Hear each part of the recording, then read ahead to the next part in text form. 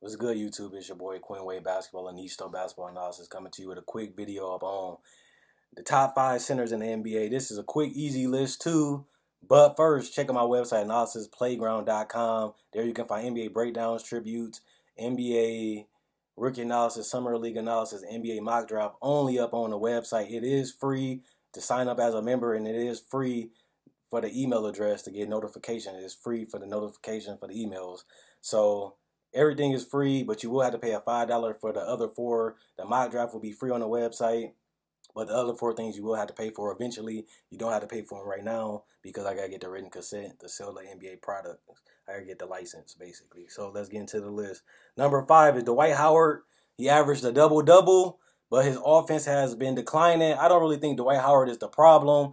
He just not getting enough shot attempts. In Orlando, he was getting 20 shot attempts a game. In Houston, he's getting less than that and less every season. So you can't put the whole blame on Dwight Howard. Well, he's not hustling hard enough. He's averaging 14 rebounds a game. Stop lying to these people. He's not doing this. He's not doing that. He needs to stop crying. Stop blaming Dwight Howard for everything and start blaming the team and organization for signing this guy and not giving him what he needs to succeed.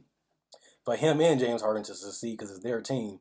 And Dwight Howard is an absolute dominant player. When I watch him play in Houston, I watch these games a lot. He destroys the defense. Defensively, he hasn't lost that much. He still destroys pick and rolls. He still blocks. He still covers the man in the rotations right. He's just not getting the touches he deserves. They try to make him a pick and roll big when he can do more than pick and roll. They're not giving him no dump offs, no dump downs. They're not giving him nothing. He basically don't even exist in the NBA. Dwight Howard is still a tie. He probably is the best center in the NBA when healthy. Because I watched the footage. Only thing that he doesn't get is the touches that he used to get in Orlando. Ain't like he suck. Ain't like he's bad. Ain't like he's washed up. He just not getting the touches. Don't listen to no other broadcaster or analysts. They lying. He don't need to play harder. He don't need to hustle harder. He don't need to do all that stupid stuff because they ain't giving him the ball regardless if he do it or not. Number 4, Hassan Whiteside.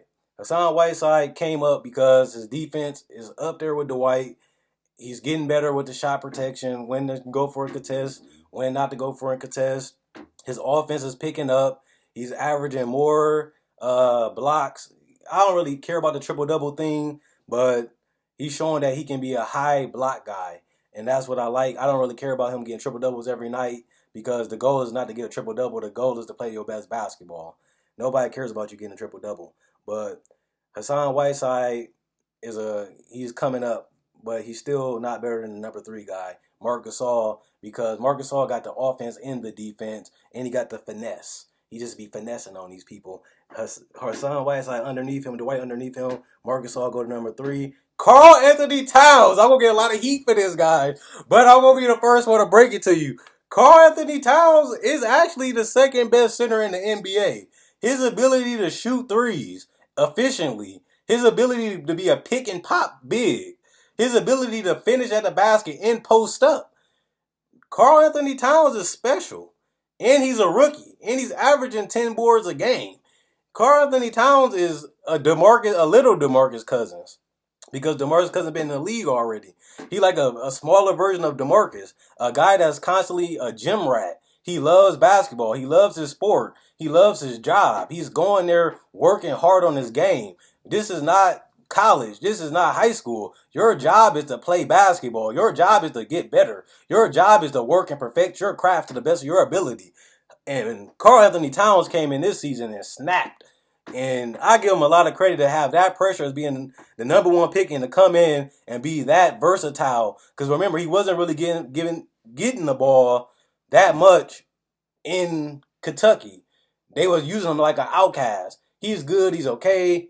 But he proved that he was the big alpha male of the team. They didn't give him the touches. They used him as an outcast.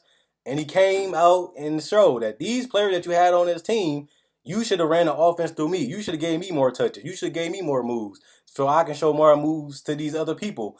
And he went number 1, and he proved that he actually was better than what we all expected. And he lived up to the pressure. Number 1 is DeMarcus Cousins. But DeMarcus Cousins, this is more of a give me. I'm not trying to disrespect DeMarcus Cousins, but I don't really think like his spot is takeable. He's not really leading his team to the playoffs, They haven't really even been getting close. They calling him a cancer. He's dominating. He's putting up triple. Like I can care less about the triple doubles, but he's doing all this stuff. But they're not winning any games. They're not winning that much games. They got Marco Bellinelli. They got Costa Koufis. They got Rajon Rondo. They got Rudy Gay down there for them. Ben McLemore down there, and they still ain't winning shit. They got George Karl, and they still ain't winning nothing. So DeMarcus Cousins is going up there with Russell Westbrook as probably one of the more overrated players. He's one of the more complete packages for the centers because he's the more versatile center. But his spot is takeable because he's not winning games. At least Anthony Davis made the playoffs. DeMarcus Cousins is still struggling to get to the playoffs. I'm not really liking DeMarcus Cousins. I think his spot is takeable. I can see Hassan Whiteside taking it. I can see Karl Anthony Towns taking it. Jaleel is a good center too. Miles Turner is a good center. Chris Tapps might play center eventually because he's got the size of a center. He just don't got the strength and the muscle. But Cousins' spot will be takeable before he's 30. I predict that because the guy working, but his team isn't winning. And if you ain't winning, they're gonna start dethroning your crown as the best center. Like I said, we gonna nitpick. Like, okay, you doing all this damage, you putting all these useless triple doubles up, but your team is not winning. You doing all these stat pad numbers, but your team is still not winning. And now we looking at DeMarcus Cousins like you got the talent now. What's gonna happen next? And DeMarcus Cousins hasn't done nothing since he been in the league but lose.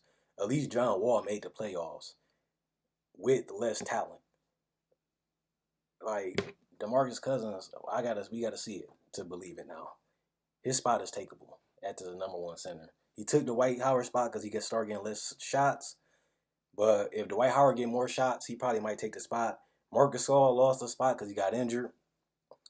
But DeMarcus Cousins got it just because it's a handout. I gotta give him somebody the crown. So right now, it's a gimme to DeMarcus Cousins. It's not even really respectable like that. Listen, I'm not trying to disrespect him, but I'm not really impressed.